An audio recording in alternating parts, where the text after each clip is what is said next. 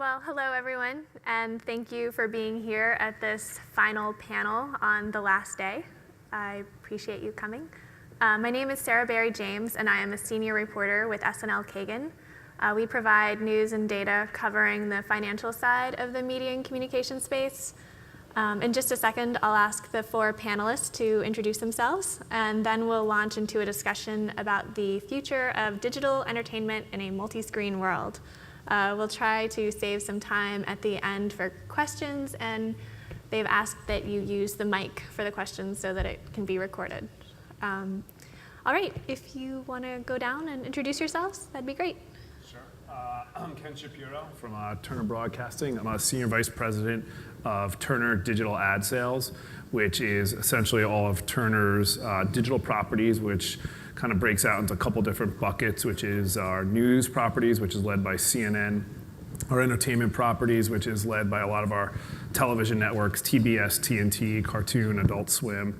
And then within our sports properties, we represent leagues like NBA, NASCAR, PGA, and then also we have recently acquired Bleacher Report. So we kind of look across both news, sports, and entertainment. Great. And I'm Luke Callis. I'm the SVP of the West Coast for Sales and Strategy for Vivo. Apparently I have a lot of gravitas. I'm sorry about that. We good? Better. Well, if anybody's ever watched Miley Cyrus on a wrecking ball or Katy Perry transform into a tiger and roar, it's essentially what Vivo does. We own all the music videos online, and we focus on delivering the highest quality music video content to fans wherever they may be across multiple platforms. Last year we did about 4.2 million, or I should say billion, global streams. So it's become quite popular, and we distribute it across YouTube, AOL, CBS, BET, MTV, iOS, Android, Roku, Xbox, and Xbox One. So basically, we're just trying to make sure that all of our fans can enjoy as much music as possible. I'm John Mantell, and I'm VP of Digital Products and Video for CBS Interactive. So I oversee the overall product strategy for everything across CBS.com and our CBS Audience network of sites. We distribute video to, really bringing all your favorite CBS shows and content to you across platforms, across devices, and through our network of partners. Great. Piers Lingle. I do product development for Comcast. So I actually work on the TV. So we have the set-top box. So we've got about 70 million set-top boxes out in the wild, as well as our websites, xfinitystv.com and xfinity.com, and our mobile applications. So Xfinity TV Go and Xfinity TV Remote. Great. Thanks. I didn't realize you guys had 70 million boxes. That's a lot. So when I was thinking about this panel, it seems like all of you have very different areas of expertise, but it seemed like the one thing that each of you would have to think about would be monetization. And without monetization, it doesn't seem like there's going to be a future of digital entertainment in a multi-screen world. And so I thought that would be a good place to start.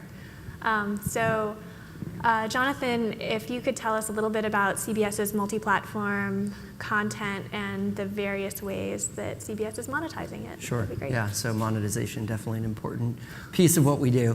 For CBS Interactive, we have a few different aspects of monetization. On the entertainment side of the business, advertising is the predominant one, and we've been monetizing content with advertising online and through our mobile apps, and that's primarily through video ads, through pre-rolls, mid-rolls, and through video ads on live streams as well for events and other live things that we cover, and that also cuts across platforms. So we've been running ad-supported video online now probably for close to a decade, and have recently been adding on more platforms. And so we made a push with our CBS app for iOS the beginning of this year, and then more recently on Android. So that's really expanding, and we're using a very consistent strategy to deliver advertising in the same way with the same advertisers across those platforms. We also do some premium. It's a smaller piece for us, especially in entertainment, but we do some subscription. Like this summer, we had a Big Brother live service where you could subscribe and see what was going on in the Big Brother house 24/7, which was pretty interesting. I didn't know about the Big Brother offer. We'll have it again next summer, so you can Yeah. sign up. All right, Luke, monetization has obviously been a big focus for Vivo recently. You guys just made a new appointment, and so if you could talk about what you guys are doing. Yeah, everything we do right now is currently ad supported. We have a pre-roll based model, but we also do integrations as well. And basically what we focus on is going out to our brand partners. We've been fortunate enough to work with over 900 to date, and just trying to see what their challenges are and how we can help with those. And usually that ties back into 3 separate buckets. It's usually maybe a general sponsorship of a music video and a back catalog and a premiere. The premiere these days have become some of the hottest viral pieces of content, with something like a Miley Cyrus being able to do 17 million streams in 24 hours. So we can attach a brand to a sponsorship with that. Another bucket we use is original programming. To date, we've created over 2,000 pieces of original programming. It can be anything from a flash mob pop-up concert where everybody happens to just be drinking vitamin water when Nas is rapping, to something a little bit more intimate where it's just somebody singing a song in a record store because they tweeted out that Florence and the Machine is going to be there and she happens to sing, and that's brought to you by somebody. The last bucket we do is events and branded entertainment. So that's the never been done before idea that everybody apparently loves to do so much. And we come with your brand goals and who you're trying to reach, and a blank slate, and then we put it through the idea factory and try to come back with something cool and unique and then push it out across the platform. Cool. Ken, as SVP of Digital Ad Sales, that seems like your area of expertise, so if you want to take a shot at it? Yeah, very, very similar to what these guys talked about. I think one of the things that we really tend to focus on is the ability to, I would say, reach the consumer on multiple platforms. Obviously, we are a content-driven company, and so we kind of go at it from a couple different angles. We really like to go and say, here, how do we distribute your message to the advertiser, both on the big screen and then also I would define it as the other different screens, whether that's a mobile device, whether that's a tablet, whether that's a desktop. So, we always like to talk about, I would say, essentially our reach that we have on air, and then how do we then, I would say for the super fan of a lot of our shows or our teams or people that are news junkies, how do we give them more than what they experience just on air and bring it to them online and really kind of, I don't want to integrate it into the environment. Obviously native's a hot topic right now, and so kind of how does it feel organic? So when we go to market, we kind of go from that perspective, the integrated sell, because that's where people essentially want their message to be seen. And then, we have a dedicated, I would say, video strategy that we have just for online that, we're selling, age, sex demo with plus behavior, and you could buy TNT by itself, or you could buy Turner Broadcasting across the whole portfolio. So we've got a lot of different ways to go to market. Cool. Peers with advanced platforms like X1, just wondering what you guys are doing on the technology front to sort of enable these different offerings that these guys are doing. So coming from the actual product development side, we don't necessarily consider the platforms themselves as generating the revenue, because we're a subscription revenue business. However, we do try to build in the capabilities for what we call endemic promotion. So it's really promoting to content, right? So on the television, for example, how do we let customers know there's a new series on, there's a new movie on, things like that. So with a platform like our new next generation TV platform, it's called the X1, we basically generate the content you see on that screen like a website. And so we have a lot of different ways to basically be able to promote content, promote new shows, things like that, in ways that are pretty familiar to the way we do things online. We now have that capability really on TV in a much more unrestricted way than we've had ever before on our legacy platforms. Ken, getting into the ads themselves, do you guys have any thoughts about the best ad formats or ad loads, like pre-rolls versus in video? Yeah, absolutely. I would say there's, the first one I would talk about is that, Turner has invested heavily over the last year or so in our live streaming capabilities. So with all of our broadcast networks, TBS, TNT, Cartoon, Adult Swim, CNN, Headline, we are live streaming our networks. So that is a simulcast, or, that's what's going on air. So that's a full commercial load, but it's different ads on air than it is online. Really? Yeah, so we sell, 2 different ad loads, but it is the same ad load. So that's your traditional, I'd say your 15s and your 30s. Mm-hmm. So that is, kind of a fixed set of inventory. When you go to kind of, let's say, your on-demand world, one of the things that we like to pride ourselves in making sure we have a good user experience. So we would never exceed the television ad load. But working with my partners at the sites, I always like to tell them, listen, let's serve as many ads as we have sold, and let's make sure it's a good user experience. If we have to contract a pod because there's only one ad sold and then they want one promo, that's fine. If we have 3 minutes sold, we should have all 3 minutes. So it's really about the right user experience. Talking about, I would say, the pre-roll element, we prefer to have it as 15s.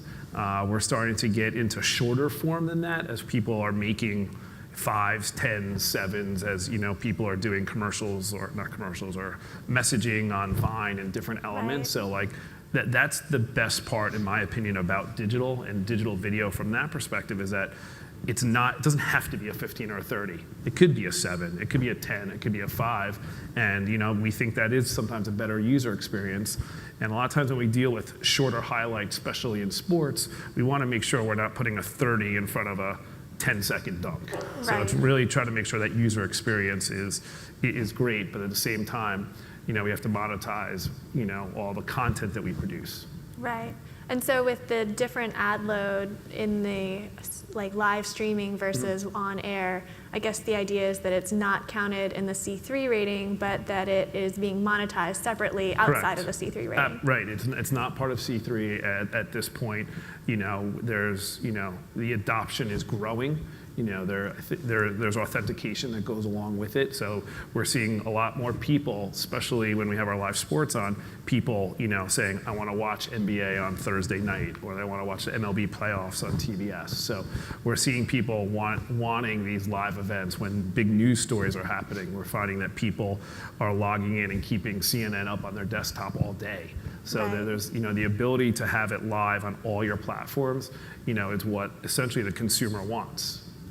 And does that allow you to take advantage of the platform that it's being delivered on, like more interactive options? Yeah, absolutely. There's that defined as like the touch and feel. You can interact with the ads. They're all clickable. It could take you to, a different environment. You're able to kind of, touch it and feel it, versus on television, it's still that traditional ad load without the flexibility that goes along with that. Great. Are you guys seeing the same thing at CBS? Yeah, we're definitely seeing similar things. I mean, I think there's a lot of crossover because it's TV content. We don't have a live stream of the network broadcast today, so it's predominantly on-demand content.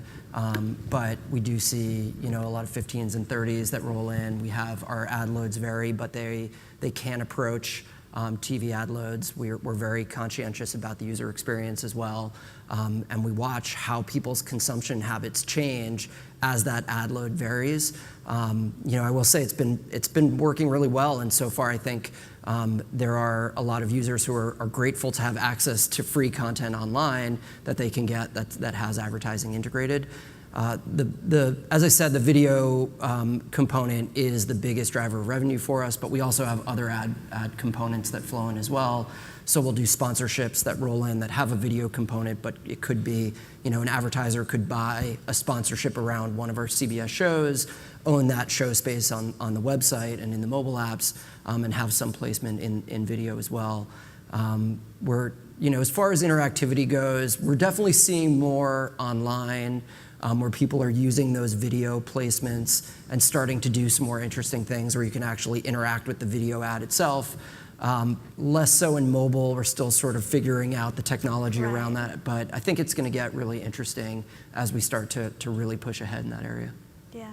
I mean, since both you, Turner and CBS, are up here, it seems like the CW has just been really aggressive in driving that online experience and also upping the ad load. I feel like they were one of the first ones to start doing parity between what's on the broadcast and what's on the online site. Yes, definitely.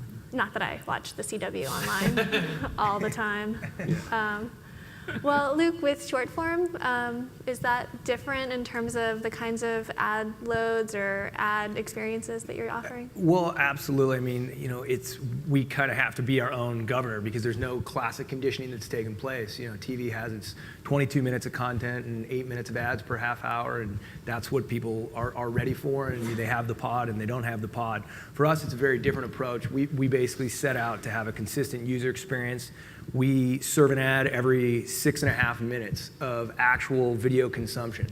So what we'll do is a user will come in, they'll get a 15 or a 30-second ad, they'll get to their Coldplay, One Direction, whatever your appetite wants that day, and then you'll get through that video, and then you'll get an overlay, and then usually it could be on the third video that you'll get another pre-roll. It just depends how much the clock is ticked. Interesting. And to Ken's point, it's really about user experience.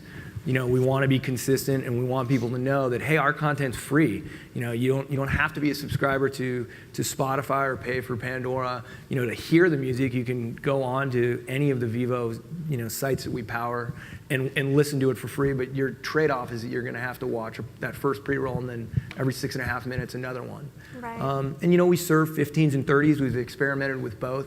To be honest, we don't see a lot of degradation of click-through, if that's an important metric, for an advertiser. Even on the 30s, we still see the same exact completion rate between the two. Yeah. So the users have sort of fallen into a pattern where they seem to be happy with it, and we haven't been pushing it too much. We've been experimenting with some different shorter forms, to Ken's point.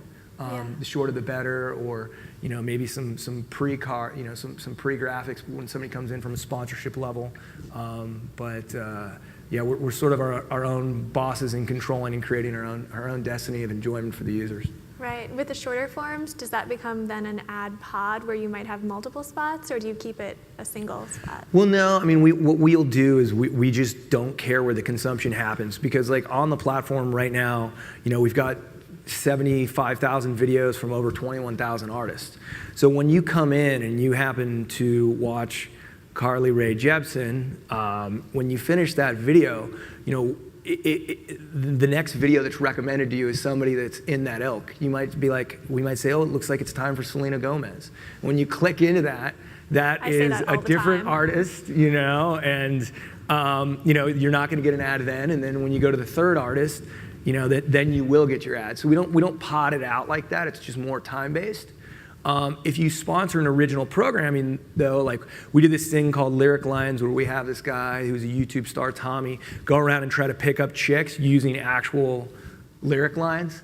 So he'll go up to a girl, Justin Bieber, and be like, you want me? And she's like, what are you talking about? And we're filming the whole thing, and it's always a train wreck, but he's a sweet guy and he can get away with it. And that one will be sponsored by Coke. So that original program will actually have a pre-roll with Coke when you go in. At some point, someone will be drinking a Coke, either Tommy or somebody in that, and then it'll end, and that's it. And then if you happen to watch the next Lyric Lines, you'll get the overlay because the 6.5 minutes hasn't happened, and so on and so forth. So there's different ways to play with it. Interesting. Jonathan, from a content owner's perspective, it seems one of the major concerns is figuring out what content to put where, balancing multi-platform distribution with the linear network and protecting ratings. So if you could talk about how CBS thinks about that balance, that would be great. Yeah, it definitely is a balance, and I think the goal for CBS overall is ultimately the company is successful because we create great content and we distribute great content. It's then a balance of how do we take that great content, put it out on new channels while maximizing the benefit of how we grow the business without putting things out in a way that cannibalizes the core business. So it's something that we're very conscious of, but I think at the same time, CBS has been pretty aggressive in pushing digital media channels. So so online right now, you can find the entire primetime TV lineup on CBS.com and in our mobile apps. When we look at new platforms, we have to gauge how we can serve advertising and what the potential effect will be on the overall ecosystem. But at the same time, we're really seeing these new channels as a huge opportunity for the business. Yeah, it seems like windowing has to be a really important element there. And then just, is there room for all of these different platforms between, live and then authenticated, TV everywhere, and then subscription VOD, and then free ad-supported? I mean, is there room for all of it, and does that just equal more revenues for you? I think there is room for all of those models in one way or another. A big piece of it for us and the network broadcast business is around measurement, and it really just goes back to our advertisers and how they look at what they get credited for. And as long as we can measure viewing, we love more people to watch more of our shows. And I think there is more of an opportunity from these new channels by getting out there and getting people access to our content in times and places where it's convenient for them, not necessarily just sitting in front of their TV when it's on. Right.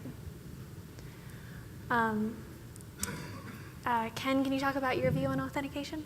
Yeah, we think, authentication is, it's not necessarily about authentication. I think it's really about our strategy of TV everywhere and the concept that a consumer pays for, whether it's cable or satellite or telco, being able to access that content anywhere, anytime, on any device.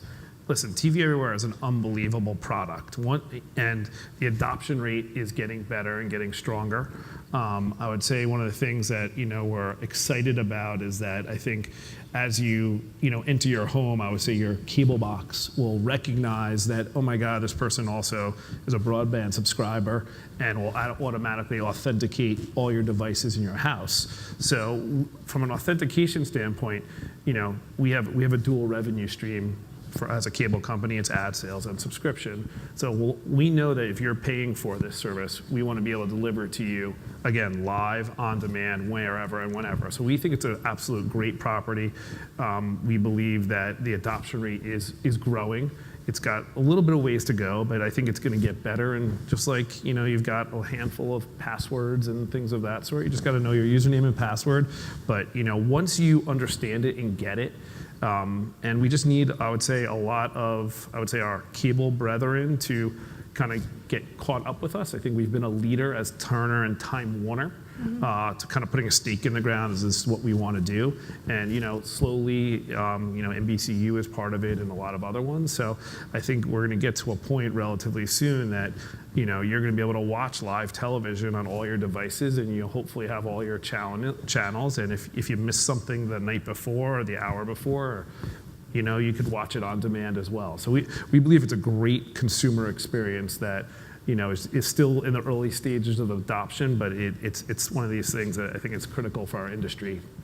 So in terms of that growing adoption, is that a matter of building consumer awareness, or is it a matter of, some people here have talked about making it easier to log on somehow, or, I think it's a little bit of both. I think it's a little bit of both. I would say, there are certain events that have given it better awareness, whether that's March Madness, which is something that we host in conjunction with CBS. Right. There's the ability to watch all of those games from an authenticated standpoint.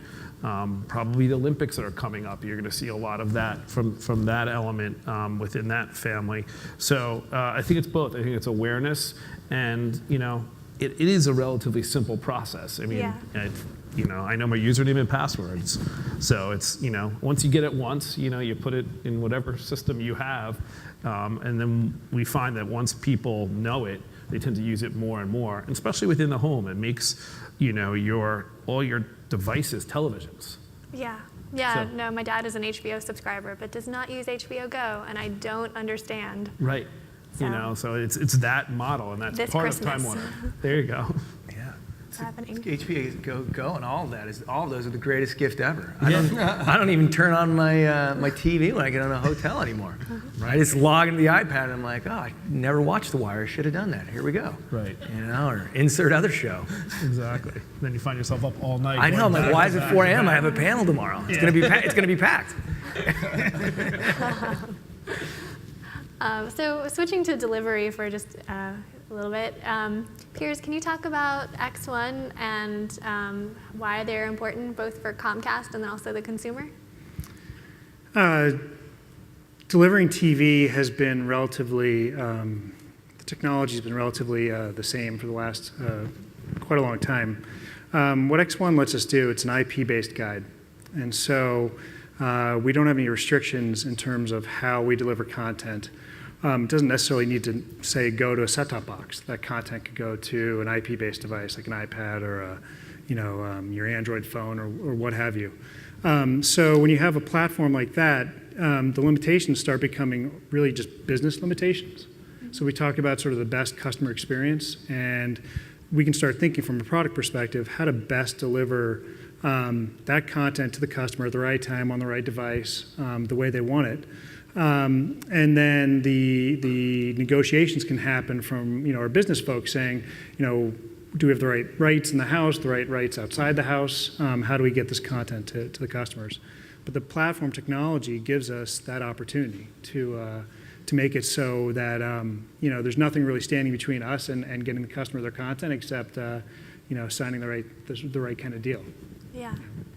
So were there any particular, like whenever X1 was being in the planning stages, can you talk about the particular problems that you were looking to solve? I think you mentioned some of them, but just kind of So the multiscreen, I wouldn't call it a problem, but it's always been somewhat of a challenge to how do you deliver.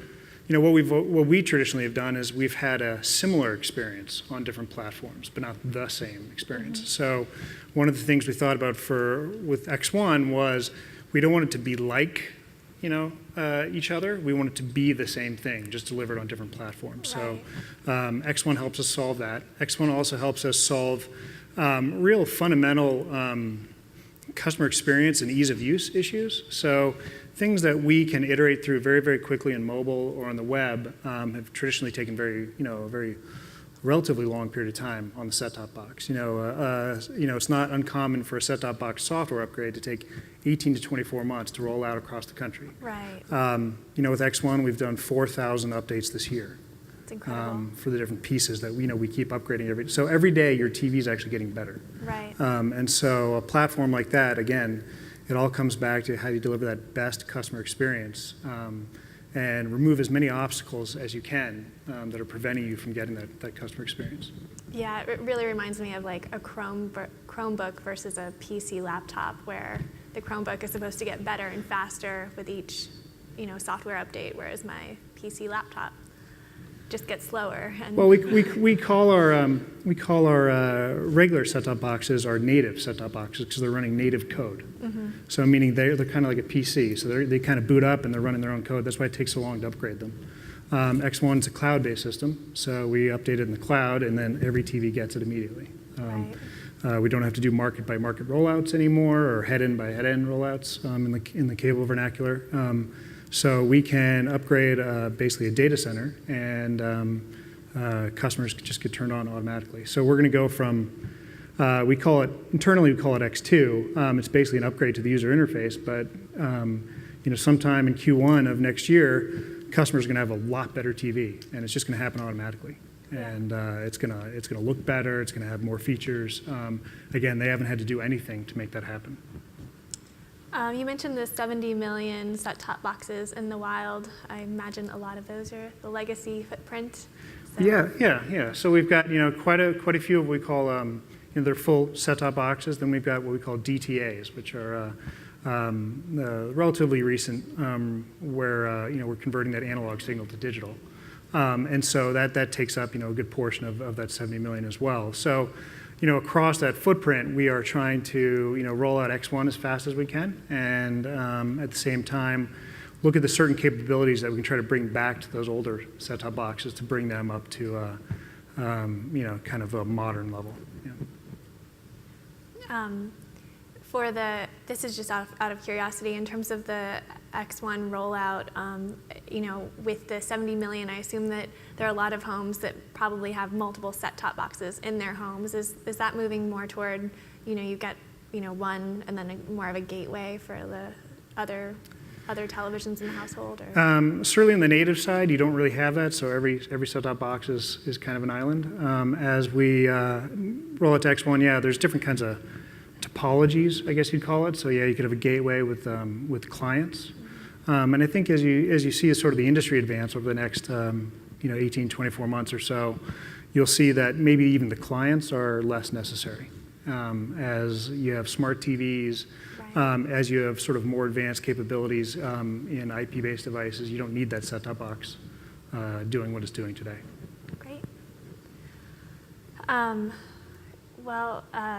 In terms of delivery, Luke, if you, as a short form provider, and I know you guys all provide different types of short form, but in terms of mobile delivery, if you wanted to talk about the benefits and hurdles that presents. No, I mean, we see it as a big benefit just because by the nature of our content, it's very snackable anyway, which is what the mobile experience tends to be. I mean, people come in and they say, hey, I heard about this thing. I want to log in and watch really quickly. By the nature of our audience, we're a 15 to 34 as play, where and that's indicative to the mobile audience. Everybody's moving in that direction. Our highest traffic days are Friday, Saturday, and Sunday. Actually, this year alone is the first time we ever saw our streams move to over 50% mobile per month. So we've seen a massive migration. And I should say that that's mobile and connected devices as well. We lump them together currently. Right. But that's everything from iOS and Androids and Windows to iPads and Rokus, et cetera. But we look at it as a great benefit because our audience is already there and our content is primed and ready to deliver in a way that's indicative of that platform. Mm-hmm. And I guess that since it's more snackable, it's not like the 2 gigabyte cap that, let's say, I have on my Verizon wireless plan isn't as much of a problem. It's not, unless you just happen to build an amazing playlist, over and over an amazing playlist, and you're having a house party, and you decide that today you're going to turn on your Apple TV because you built your playlist on your Mac or your PC, and you're going to go home and play that playlist. If you happen to put a few hundred videos in there and really earn it, you might run into trouble, but you'll probably be okay. Going back to something that Jonathan mentioned earlier in terms of measurement, I wondered if you could sort of talk about where we are in the measurement game. Obviously, Nielsen is making strides all the time, and we're getting ever closer to that cross-platform solution, but where are we? Yeah, measurement's definitely a challenging area, but an area that's really important to our business. We work really closely with Nielsen and Comscore, and have made a lot of progress, primarily on the desktop. And we're starting to make more progress on mobile devices, and then I think we'll make our way into other connected devices as well. In working with Nielsen, I think next year is going to be a really big year for mobile measurement for them, and they've come out with some announcements about that, but they're making some good headway looking at everything from digital program ratings that span across platforms to campaign level ratings, where we can use Nielsen and Comscore measurement to look at demographics of specific ad campaigns. Those are all becoming increasingly important to what we do, and really important to helping us start to really have a more pervasive distribution network across all those devices, because that's really what we sort of built the TV business on. Right. One idea that I heard here at the show was more flexibility in terms of what is included in the C3 rating. Like, if you have a different ad load than what's on the linear, then it shouldn't matter necessarily. And especially if it's the same advertiser, but maybe just a different ad format. And so, I mean, does that actually seem like a real possibility, or is that just wishful thinking on the part of us? It's probably a good question for Nielsen, I think. I mean, it definitely makes sense to me.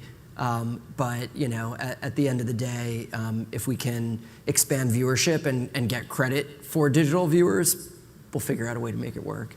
And I think we work with them as an industry to help how measurement evolves. And so while that may not be something that fits into their definition of C3 at the outset, if it's something that the advertisers and the networks are really looking for, that will definitely evolve. Okay. So multi-platform content is often viewed as a means of preventing cord cutting and keeping the next generation as subscribers in the pay TV universe. So Piers, I wondered if you could talk about kind of what you're seeing in terms of some of the behavioral differences about what people watch just on these different screens, and some of the stuff that you're doing to keep those millennials. Yeah, well, I don't know if I'd chalk it up necessarily to generational or age sort of differences. We are seeing different kinds of behaviors in terms of, we have a mobile app which is actually pretty widely used by our customers. A lot of content in there, about 25,000 shows and movies that you can watch. And we focus mostly on more current kind of content versus library content, so very similar to what you'd have on your TV. And what we're seeing is, in large part, a lot of the binge viewing, things like that, isn't necessarily to sort of move off of, say, cut my cord, so I'm going to watch it somewhere else. It's catch me up so I can, watch it live. Right. So I didn't, I'm joining this new season, 4 episodes in. I want to see the first 3, so I go to my tablet and I'll watch the first 3, and then I'm caught up, and then I stay current with it. And we're seeing these sort of behaviors like that. I mean, a lot of this stuff's pretty early. We're looking at all the data from all the different the platforms, but as more and more content is the same across the platforms, I think we are seeing kind of behaviors which make it very complementary. It's not exclusive. I think there's a couple proof of concepts this year. I think Breaking Bad is a great example of so much coming into its home stretch, and then everybody caught up, and everybody wanted to be in the conversation for the final season, and then it exploded and doubled its ratings. Yeah. And even Walking Dead, to some extent, a similar bump. I mean, the fact that they came out so strong is phenomenal. I mean, you just don't usually see that sort of marginal increase. So that makes a ton of sense. We saw, we had an event earlier this year we called a Watchathon, where all of our subscribers got access to, I think, the top 100 series on demand. We looked at, we had expectations for, say, Downton Abbey, what that was going to do, but we had all the previous seasons. We were the only place at the point in time to have all the previous seasons of Downton Abbey, and we wound up, I think, doing, I forget the exact number, but something like triple what our initial expectations were for that series, because people went back, they watched the earlier episodes, then they got into Downton Abbey when it was actually on TV. So we actually saw what we thought, sort of increased live viewership because people had access to that older content. It's very complementary kind of behaviors. Downton Abbey is an interesting example given the windowing that we have with the UK. So it's good that they started watching on linear instead of pirating it. So Jonathan, I think that speaking about the young people, I think that David Poltrack surprised a lot of people pretty recently whenever he mentioned that the viewership data for the CBS digital platforms is something like 20 years younger than it is for the linear network. And so just kind of wondering what that means for you guys. I mean, is that just a new, something to offer advertisers looking to reach that target demo? Is it reaching an audience you otherwise weren't reaching, or? Yeah, there was an interesting, some interesting research that he pulled out there. But I mean, I think it represents a new opportunity and expansion of the market. I mean, it definitely seems to say that there are people who are watching online who are not watching on TV, and that's skewing younger. And I think some of it is some of that viewing falls into what Pierce was describing as that catch up. It maybe depends on the type of programming, and some of it I think is just viewers who would rather watch TV on their iPad at night, sitting in bed, than on TV for whatever reason they have, or just whatever reason makes it more convenient for them. So I think that. I think it demonstrates a great opportunity to expand the audience and an opportunity for our advertisers as well. So it's a nice, having younger viewers is always a good opportunity. Yeah.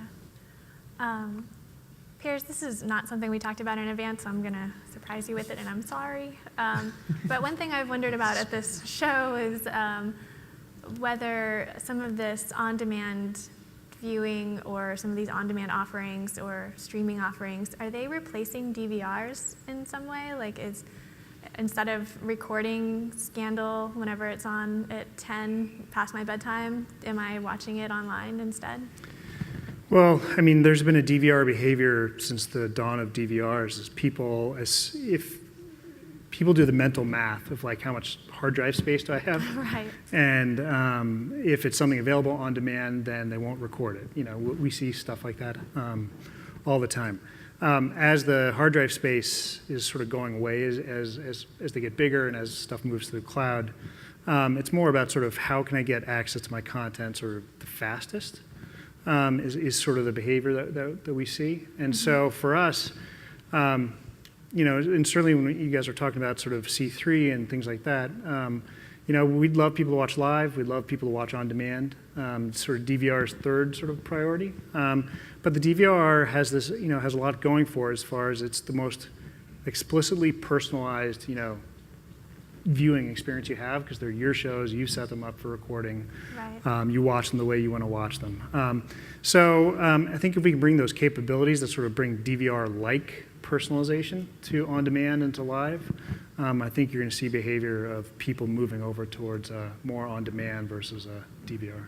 Yeah, I was talking to someone at the show who had dropped down to basic cable service, but had kept their DVR and was still paying the monthly DVR fee just because it had all of the stuff that she had recorded, and she didn't want to get rid of it.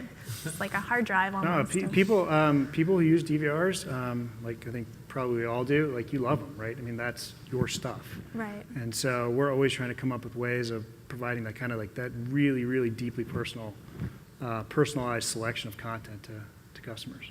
But you're right. I mean, once everything moves to, sortable, I can subscribe to a show or subscribe to season. It's in my own personal queue. When I watch that show, it checks off that show. It lets me pull in from any device to pick up where I left off on the show that I'm watching. There should be a user behavior that switches on personalization. Do you, as a consumer, do you even think that's on a hard drive? I mean, you don't really, right? Yeah. So if it was coming from the cloud, you don't really care. You just want to know, I want that show, I want to go 10 minutes into it and be able to stop it and come back tomorrow and catch up from 10 minutes in. So definitely we think on demand and the breadth of on demand that's being offered now is going to make DVRs probably less important, but they still have a place, I think, for customers. Great. So one thing that you guys made a big splash with recently is your See It feature with Twitter. And so if you could talk about that for a sec and like what you guys were hoping to do with that. I think we're trying, as I just said, I think we're trying to, we like it when people watch live TV. We know just from usage patterns, 80+% of TV viewing is live TV. So we know people like live TV, they want to watch live TV. The Twitter See It type of feature is just sort of, it's an important element, but I think it's one element in sort of how do we get sort of the right promotion to the right shows at the right time kind of thing. And so this sort of is a way to empower users to be able to say, here's a show that's on, all my friends, here's how you tune into it, that kind of stuff. And so we think See It's sort of a great feature to get people to tune in and have sort of this, the stereotypical water cooler type of conversation about TV shows. It's a great way to sort of funnel people and have, instead of us doing it for them, customers are able to do it for each other. Ken and Jonathan, this one's for both of you. In terms of branded network apps, if you could talk about kind of your view on is the future every network having its own branded app and how that's useful, or is it more, is there eventually going to be an aggregator of network apps, sort of like the cable bundle? Yeah, I mean, listen, we've invested in, I would say, let's take a step back, in our brands. So when you talk about our brands, whether it's TNT, we know drama, or TBS and comedy, we believe people get associated with the brands. So sometimes, when you go to a cable guide or you go somewhere and it's like, you got 500 channels and like, how do you know where to go? And I think there's been plenty of studies that, people have their 8 to 10 or 12 stations that they go to and they feel comfortable going there. So we believe that the consumer, the way they consume, the video and stuff like that, it is through brands, and they kind of trust the brands that go along with it. So we believe that that is an entry point for us, because you don't necessarily flip around. It's not like that remote in your hand. You're actually going to it. I think one of the things that we actually are always challenging ourselves with is, should we have show apps?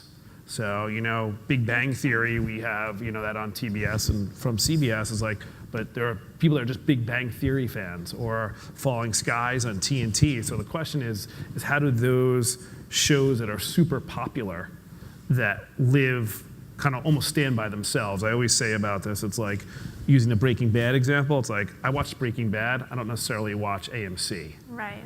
You love Low Winter Sun. Come on. I did test it out.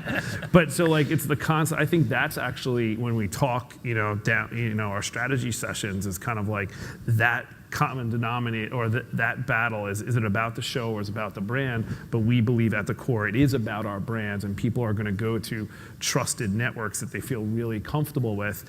And again, the fact that, giving them all the content on demand, live, however it is, and with multiple, I would say, like behind the scenes content, social feeds, following them. I think it's a better, not a better user experience, but a rich, robust user experience that I would say the younger generation, that if your average age of your network is 50, somebody that's 30 that's watching the same show, you would be like, would like to see, a synced ad.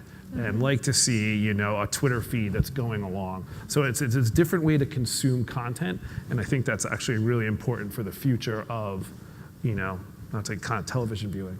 I'd love to see like a sentiment analysis about the apps and how people are vested in it. Like for myself, like I watch the Pac-12 network because I can get, watch the Arizona game, my alma mater.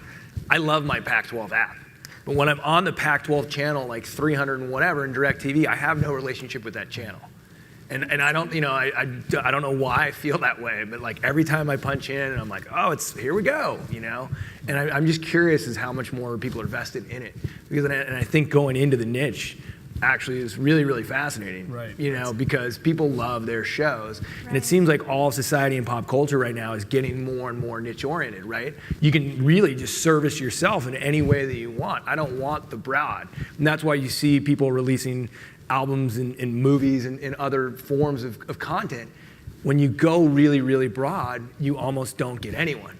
But when you go to the niche, there's people are waiting for you to talk to them. You just have to know where they are. So I Right. think that's really fascinating. And those are the brand evangelists too. Yeah, I think it's where I think we're getting really much better at it is I would say like the recommendation engines that go along with that. So if you're watching a traditional linear network, there's people that get paid a lot of money to program what, the lead in at 8 o'clock to 8:30 to 9 to 9. It's a different way to consume it within an app. So you're like, hey, I watched this show. Well, if you watch this show, you would like that show or this episode of another show. And so we're getting really smarter. And so it's a way for people to, consume different content than in the traditional linear format. And so we find people, they're like, oh, you make the right recommendation. And listen, Netflix does a very good job of that. But you're seeing that happening in smaller environments where we produce content. Yeah, they used to hold that contest every year where they pay the winner $1 million. Whoever could create retighten up their algorithm for the best recommendations. Right. Even in our world, it's when we started taking over the videos, even we would see that and distributing them, we would see that most people would watch like 1.2 videos. They would watch the video they came to see, and then they were gone within 20 seconds, of the 20% of the beginning of the video. Right. And now we're up to 3 videos, and it's all based on recommendation. It's knowing that you like this and you like that, and you have a higher efficacy to choose that, and you just get smarter and better. Yep. And I love the idea of matching episode to episode. Right. So it's like you whatever it may be, it's like very similar to this episode. So your first sampling isn't actually episode 1, correct, where they don't even know like what the show is going to be. They're just hoping it gets picked up, and then it's really the show that it is in season 2. Right. But to get the right episode, to be like, oh, this is actually a really good show. Especially when it's not a serialized show, where it's like your CSIs of the world or whatever it might be. It's like, oh, you like this guy was in it. Maybe you'll like this one or check this one out or whatever it might be. Or even if it is a serialized show. I mean, talking about someone was talking about Bones recently. It seems like every 5th episode, the relationship of the 2 central character advances. If that's what you're interested in, maybe skip all of the procedural type stuff. Right. And I think also the apps create a great complementary viewing experience. So you could watch it on air, and then you'd be like, well, what is going on in front of you? So I think that combination, because we all know as we're sitting there, if we're watching television, you either have your phone, your laptop, you got something else going on. So how do you make that experience better? And I think that's where these apps have a lot of value. I don't think I would have made it through Game of Thrones without help. Right. I didn't want to watch every episode 3 times, and you open up that app, and they're like, blah live from here and there. I'm like, oh, that clan. Yeah, exactly. It's definitely beneficial. I just started it. I'm only 5 episodes app. in. It's amazing. It's so good. Yeah, and they even have it layered into the interactive TVs now, so you can do it right on the TV as well, which is actually an interesting way to do it. That is a behavior, though, that we, working across all the platforms, they aren't quite aligned yet. So when you're talking about the web, you're talking about a mobile app, it's a much more interactive experience, meaning I'm going to go find something to watch, and I'm much more amenable to a more of this recommendation or a more like this recommendation, and I'm trying to find something. We do see a lot on the TV, though. People just want to be entertained. I just turn on my TV and I just want to watch. Something we hear from customers all the time is don't make TV work. And we think about TV all the time, so we're always trying to come up with these really cool features we think will be really awesome. Right. And almost every single time I talk to a customer about it, it's like, if it's going to make my TV harder or make me think about my TV more, I don't want it. I just want to turn it on and I just want to watch. And I think we do get that a lot, where people come in knowing what they, I want to see the episode of How I Met Your Mother that I missed. Make it as easy for me as possible to get there. And then we are faced with the same challenge Luke was describing. Okay, they watched it. How do we keep them there and get them to watch something else that might not be the show they catch every episode of? What's really interesting is like serving dual masters. It's like we actually started out just having the music videos, and then we're like, okay, we'll recommend one off of it, and then you can build playlists, and then you can watch that playlist. But that's a lot of work. And some people are really into that and some aren't. They just want to click on a video and keep going. And last year we launched this initiative called Vivo TV, which is actually programmed blocks that when you go into, it's usually on a connected device, you go into your TV, it's choose your playlist, choose a video, or just choose Vivo TV. And from 9 to 10, you're going to get hip-hop videos. And from 10 to 10:30, you're going to get our original program. And people can lean back and not have to think, but get content. And it's funny you don't want to say it's an old model because it's actually the model that people want. You just want to be able to serve both. It is, right, exactly. So I think we have about a little more than 5 minutes left. So if anyone has any questions, there's a mic in the center of the room. Feel free to step up.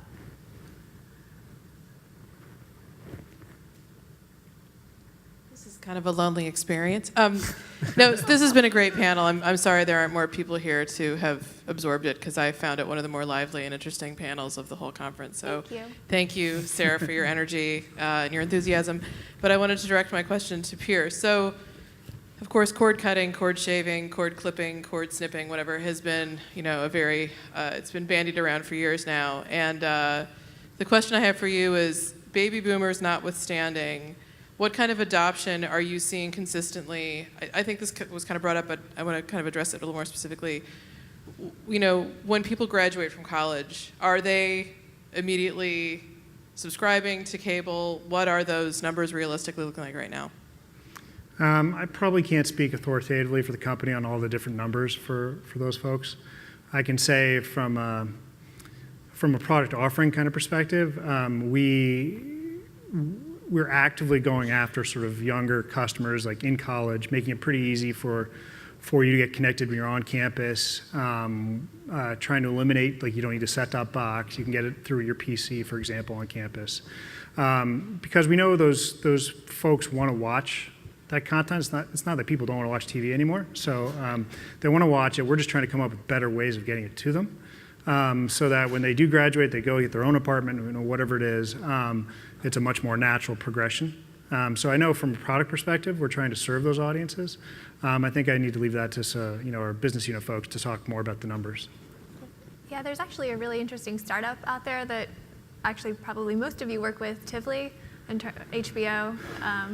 But in terms of getting college viewers connected in a way that they don't have to have a television, but they can watch it online. We just launched in Emerson University, and we're going to launch, I think, in 3 more universities by the end of the year, where basically students on that campus, when they're on campus, they get access to basically the school subscribes. Yeah. And then the individual students can say upgrade to say HBO or something like that. But they'll get that through their PC or they can get it through a tablet. They don't need the set-top box in the Right. It's covered through their tuition rather Yeah. than having a separate fee. Any other questions? Hi, thanks for the panel. You guys are doing a great job. Is there a move from any of your companies to approach the Hispanic market, to use Spanish subtitles, or to do any kind of localization with your content?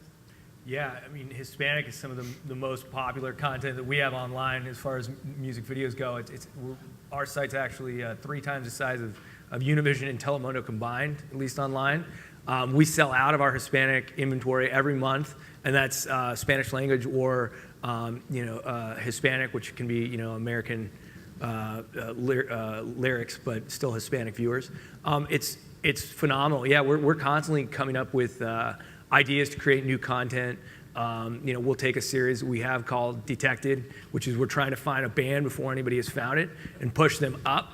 And then we'll create the Spanish version called Detectado. It's not brain surgery yet. But then we'll go to those advertisers, and there's a voracious appetite, and there's not enough people, at least online, servicing that audience right now. It's pretty incredible. So do you use subtitles, like Spanish So subtitles? it just depends. I mean, the Hispanic viewership against, say, like a Pitbull is actually a really, really large percentage. But then somebody like Weezen and Yidel may sing completely in Spanish. So, yeah, it's a little bit of both. Yeah, and it's funny, the younger generation actually prefers to see it in English from all of our data. So, yeah, it's just kind of trying to get it out to as many areas as possible. And we're so sold out now, we're starting to analyze DMAs to say, okay, what are the top 10 Hispanic DMAs? And then how do we figure out in that DMA who are, the Hispanics, so that we can actually make sure to get them advertising and content and everything the way that they want it, because that's at the end of the day what it's all about is what does the user want to watch and how do they want to see it. Wow, interesting. An online service like Vivo looking at DMA data, which I associate with broadcast, like old broadcast models. Yeah. Well, we respect our forefathers. Anyone else? Well, the last wrap-up question, we've just got a couple minutes if we wanted to just go through kind of just talking about the future. Anything that you guys are particularly excited about that you guys are doing personally, or that trends that you're watching, or just kind of anything you wanted to close on, whatever. So just go down the line. Sure. I would just say it's, and I think everybody knows this, but like it's like the golden age of like storytelling. I still believe that we talk about the delivery method a lot and where it is and whether it's C3 and it's on a tablet, but like great stories are great stories. And if you produce great content, people will find it, people will see it. And so I think at the core, it's like this technology is making it easier and better for everybody.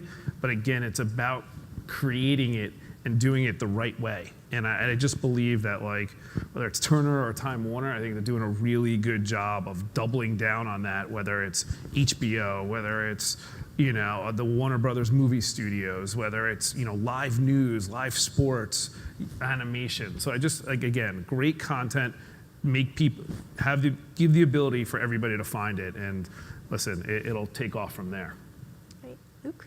Yeah, I mean, in a similar vein, like I'm just excited about the convergence of deliverable technology with the content. It's really a really exciting time because the best of everything wins, and it doesn't always necessarily have to be what you perceive, what you're told is the best anymore. The media can try to drive that, but it's really exciting because of the social sphere now that sentiment will actually drive, what greatness is. And we've talked about Breaking Bad coming out of nowhere, and you see certain songs from other artists in our world, like Gote, somebody you used to know last summer, was this huge song that sounded like nothing else. And there is no model anymore. The model is to create great content. And then, to get it to people in the easiest way possible. And those things seem to be happening at a rapid pace, and it's exciting. The one thing I'll add also, I think there needs sometimes to be patience, that just because something sometimes things turn into being great. Mm-hmm. And it's like, I would say a lot of people are, it didn't do the rating it did, or it didn't do the time slot. Like, there's very quick judgments. It's a very much like deliver now. And I think like people need to recognize that things take time to absorb and become much more mainstream. Yeah. I think, and it's like greatness is achieved over time, right? Often not out of the gate, Yeah. And it's, you look even back into the history of TV, it's like, Seinfeld wasn't lighting the world on fire at the beginning, but they let it breathe and they restructured it and they brought in, they even changed some of the characters from the pilot, and then it became great. And I think too many quick hooks. Yeah, in my opinion. I think working in the digital media space, it's really about momentum, and it's I think a super exciting time as well. Looking at the past few years, I think going back earlier in my career, really like out there saying, hey, this is the future, this stuff's really happening. The past couple years have been just fantastic, and looking at consumers changing behaviors with the evolution of smartphones and tablets over the last couple of years has really made our own case going back to the core entertainment businesses, getting to the point where you can't ignore that this digital media revolution is happening, and so in turn that's been really fun, and I think has opened the door for great opportunities for all the things that we've spent the last hour talking about. Piers? Yeah, I would just say I think pretty soon the technology is going to get out of the way, and it really is going to be about the content. It's not going to matter if I'm on a TV or if I'm on my cell phone. It's going to be, what is it? What am I trying to do? Am I trying to relax? Am I trying to, just not think for a while, or is it I know I want to go catch up on a TV show? Whatever it is, the technology won't be the issue. You won't be like You won't be making these decisions about, well, can I watch that here? Can I watch that there? You're just going to be able to watch what you want to watch. And I think that's, it's going to be a very liberating experience. And I think, in probably 5 years from now, we'll be looking back on this like, oh, it was so weird when you actually had to think about that. I think we're getting beyond that pretty quickly. So. Great. Yeah, I have to say, whenever I tell people I cover traditional media companies, they're always like, oh, isn't that a dying space? And I'm like, no, they're making more money than ever, actually. Well, I think that's our time. So thank you, everyone, for staying until the end of the day, and I hope you enjoyed it.